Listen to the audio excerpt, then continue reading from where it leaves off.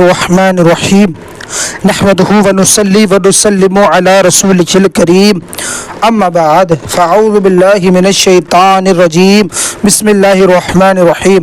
السلام علیکم بھائیو، کیسے ہیں آپ سبھی لوگ؟ امید کرتا ہوں اچھے ہوں گے، اللہ تعالیٰ سے دعا کرتا ہوں اچھے رہیں۔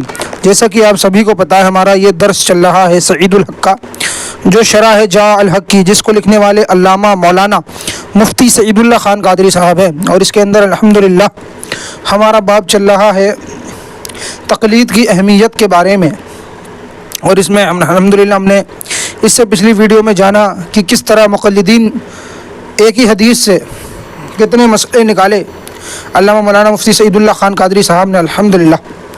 اب آئیں آگے پڑھتے ہیں، وہابی اور حدیث کیا مطلب ہے، دعا کے ساتھ درس کو شروع کرتے ہیں۔ بسم اللہ الرحمن الرحیم، رب یسر ولا تعسر وتمم بالخیر وبک نستعین یا فتاح یا فتاح یا فتاح رب اشرح لی صدری ویسر لی امری واحلل عقدۃ من لسانی یفقهوا قولی ربی زدنی علما نافعا ربی زدنی علما نافعا ربی زدنی علما نافعا۔ بسم اللہ الرحمن الرحیم۔ غیر مقلدوں کا اصلی نام وہابی ہے، لقب نجدی، کیونکہ ان کا مورث اعلیٰ محمد ابن عبد الوہاب نجد کا رہنے والا تھا۔ اگر نہیں مورث اعلیٰ کی طرف نسبت کی جاوے تو وہابی کہا جاتا ہے، اور اگر جائے پیدائش کی طرف نسبت دی جاوے تو نجدی۔ سبحان اللہ۔ جیسے مرزا غلام احمد قادیانی کی امت کو مرزائی بھی کہتے ہیں اور قادیانی بھی۔ پہلی نسب مورث کی تعریف ہے، دوسری نسبت جائے پیدائش کی طرف۔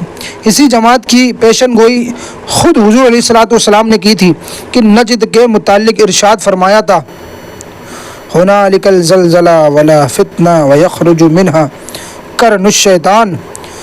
کیا نجد میں زلزلہ اور فتنے ہوں گے اور وہاں سے ایک شیطانی فرقہ نکلے گا۔ صحیح بخاری کتاب الفتن، باب قول النبی صلی اللہ علیہ وسلم کی یہ حدیث ہے۔ حضور علیہ الصلوۃ والسلام نے فرمایا تھا کہ نجد میں زلزلے اور فتنے ہوں گے۔ ہنالک الزلزلہ والفتنۃ ویخرج منہا قرن الشیطان۔ غرض کی اس جماعت کا بانی محمد ابن عبد الوہاب نجدی اور اس کا ہندوستان میں پرورش کرنے والا اسماعیل دہلوی ہے۔ اس فرقے کے حالات ہماری کتاب جاء الحق حصہ اول میں ملاحظہ فرمائیں۔ یہ لوگ عام مسلمانوں کو مشرک اور صرف اپنی جماعت کو موحد کہتے ہیں۔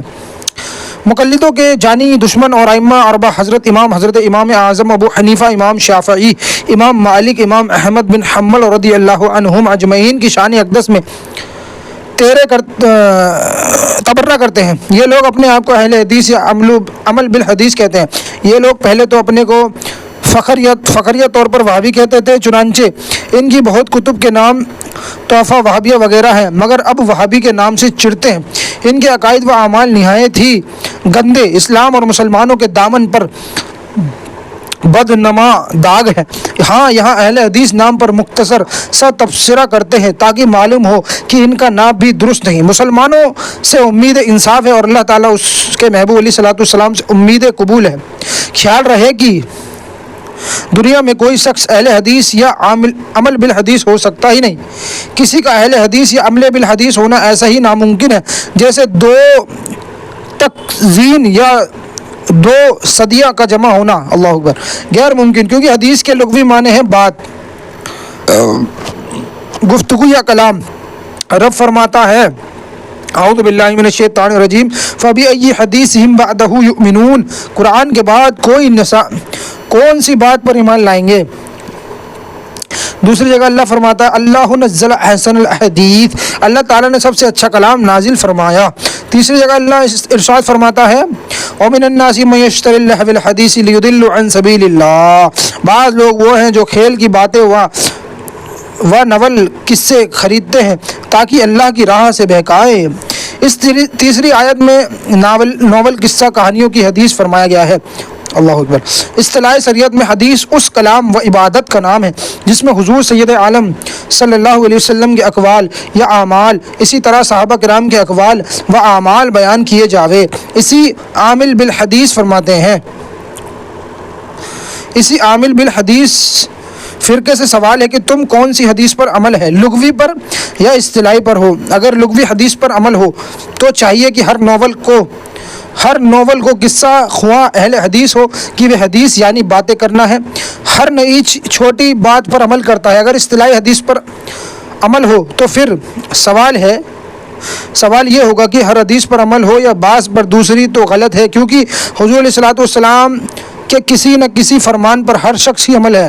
حضور علیہ السلام فرماتے ہیں کہ سچ نجات دیتا ہے، جھوٹ ہلاک کرتا ہے، ہر مشرک کافر اس کا قائل ہے، وہ سب ہی اہل حدیث ہوں گے۔ تم حنفی، شافعی، مالکی، حنبلی مسلمانوں کو اہل حدیث کیوں نہیں مانتے؟ یہ تو ہزارہا حدیثوں پر عمل کرتے ہیں۔ اگر اہل حدیث کے معنی ہیں حضور علیہ الصلوۃ والسلام کی ساری حدیثوں پر عمل کرنے والے، تو یہ ناممکن ہے، کیونکہ حضور علیہ الصلوۃ والسلام کی بعض حدیثیں منسوخ ہیں اور بعض حدیثوں میں حضور کے وہ خصوصی اعمال شریف بیان ہوئے ہیں جو حضور علیہ الصلوۃ والسلام کے مباح یا فرض تھے، ہمارے لیے حرام ہیں، جیسے ممبر پر نماز پڑھنا، اونٹ پر طواف فرمانا، حضرت حسین سید الشہداء خاتم الاعلیٰ رضی اللہ عنہ کے لیے سجدہ دراز فرمانا، حضرت امام بنت ابی العاص رضی اللہ عنہ کو کندھے پر لے کر نماز پڑھانا، 9 بیویوں کا نکاح میں رکھنا، بغیر مہر نکاح ہونا، ازواج میں عدل و محراب واجب نہ ہونا، بلکہ حدیث سے ثابت ہے کہ حضور علیہ الصلوۃ والسلام کلمہ یوں پڑھتے تھے، لا الہ الا وانی رسول اللہ کے سوا کوئی معبود نہیں اور میں اللہ کا رسول ہوں۔ یہ حضرت اسی حدیث پر عمل کر کے اسی طرح اللہ اکبر کلمہ کو رد نہیں کر سکتے۔ غرض کی حدیث میں حضور علیہ الصلوۃ والسلام کے ایسے اقوال و اعمال بھی ذکر ہیں کہ جس میں حضور علیہ الصلوۃ والسلام کے لیے کمال ہے، ہمارے لیے کفر۔ اللہ اکبر۔ دیکھیں یہاں یہ بتا رہے ہیں کہ اگر آپ اپنے آپ کو اہل حدیث کہتے ہو تو سب سے پہلے یہ بتاؤ کہ آپ لغوی اہل حدیث ہو کہ اصطلاحی اہل حدیث ہو۔ جیسے یہاں پر انہوں نے قرآن کی آیتیں پیش کی، اس میں حدیث کا کسی میں کچھ معنی آیا ہے اور کسی میں کچھ معنی آیا اور کسی میں کچھ معنی آیا، تو آپ کون سے اہل حدیث ہو؟ اور اگر آپ اہل حدیث ہو تو ساری حدیث پر عمل کرتے ہیں جس میں انہوں نے کچھ مثالیں دی۔ آگے پڑھتے ہیں۔ اسی طرح حضور علیہ الصلوۃ والسلام کے وہ افعال کریمین جو نسیان یا اجتہادی خطا سے سرزد ہوئے حدیث میں مذکور ہے، اعمال بالحدیث، صحابہ کو چاہیے کہ ان پر بھی عمل کیا کرے۔ ہر حدیث پر جو عمل ہوئے، بہرحال کوئی شخص ہر حدیث پر عمل نہیں کر سکتا۔ جو اس معنی سے اپنے کو اہل حدیث یا عمل بالحدیث کہے وہ غلط کہتا ہے۔ جب نام ہی جھوٹا ہے تو اللہ کے فضل سے کام بھی سارے کھوٹے ہی ہوں گے۔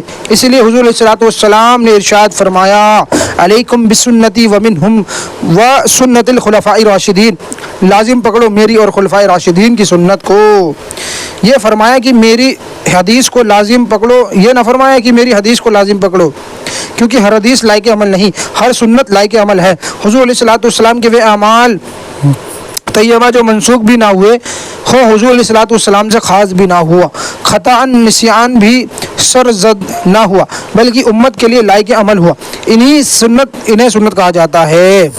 کیا فرما رہے ہیں؟ دوبارہ سنیے۔ حضور علیہ الصلوۃ والسلام سے خاص بھی نہ ہوا، سنت اسے کہتے ہیں وہ اعمال جو منسوخ بھی نہ ہوئے اور جو حضور علیہ الصلوۃ والسلام سے خاص بھی نہ ہو اور خطا یا نسیان بھی سرزد نہ ہو، بلکہ امت کے لیے لائق عمل ہو، انہیں سنت کہا جاتا ہے۔ لہٰذا ہمارا نام اہل سنت بلکہ حق درست ہے کہ ہم بفضل تعالیٰ حضور علیہ الصلوۃ والسلام کی ہر سنت پر عمل ہے، مگر وہابیوں کا نام اہل حدیث بالکل غلط ہے کہ ہر حدیث پر عمل ناممکن ہے۔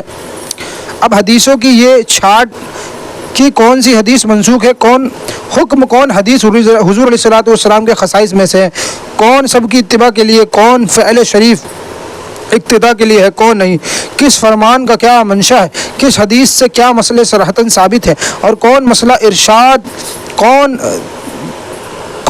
دلاتا، کون اقتداء، یہ سب کچھ امام مجتہد بتا سکتا ہے، ہم جیسے عوام وہاں تک نہیں پہنچ سکتی۔ اللہ اکبر۔ جیسے قرآن پر عمل کرانا حدیث کا کام ہے، ایسے ہی حدیث پر عمل کرانا مجتہد کا کام۔ یوں سمجھو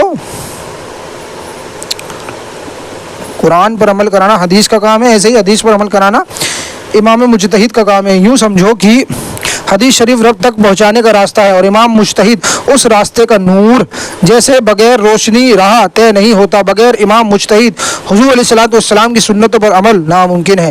اس لیے علماء فرماتے ہیں، القرآن والحدیث یدلان علی مجتہد مگر مجتہد قرآن و حدیث گمراہی کا باعث ہے. ید اللہ کیا فرماتے علماء؟ بغیر مجتہد قرآن و حدیث گمراہی کا باعث ہے. رب تعالیٰ قرآن کریم کے متعلق فرماتا ہے یضل بہ کثیرا و یہدی بہ کثیرا. اللہ تعالیٰ قرآن کے ذریعے بہت کو ہدایت دیتا ہے اور بہت کو گمراہ کرتا ہے.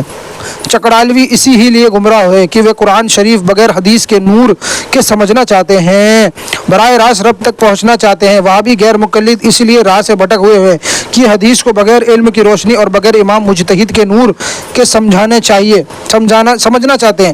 اللہ اکبر. اس لیے وہابی بھٹکے ہوئے ہیں.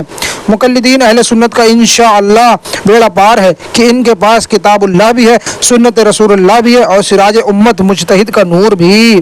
خلاصہ کلام یہ ہے کہ اہل حدیث بننا ناممکن اور جھوٹ ہے. اہل سنت بننا حق و درست ہے. اہل سنت وہی ہو سکتا ہے جو کسی امام کا مقلد ہوگا. قیامت میں رب تعالیٰ بھی اپنے بندوں کو اماموں کے ساتھ پکارے گا. رب فرماتا ہے یوم ندعو کل اناس امامہم. اس دن ہم ہر شخص کو اس کے امام کے ساتھ بلائیں گے.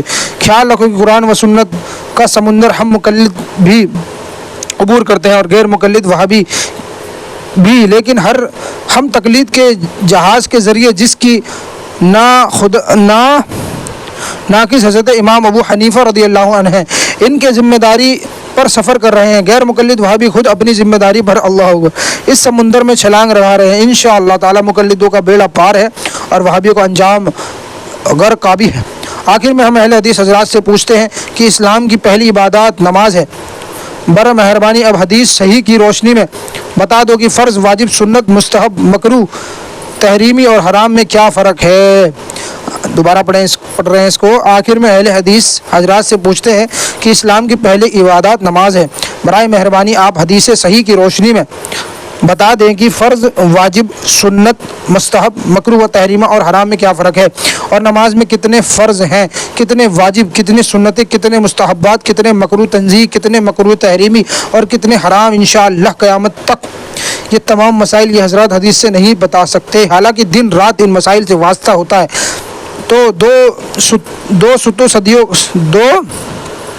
ستو صد کیوں کرتے ہو؟ تقلید اختیار کرو. اللہ اکبر. دوستو ضد کیوں کرتے ہو؟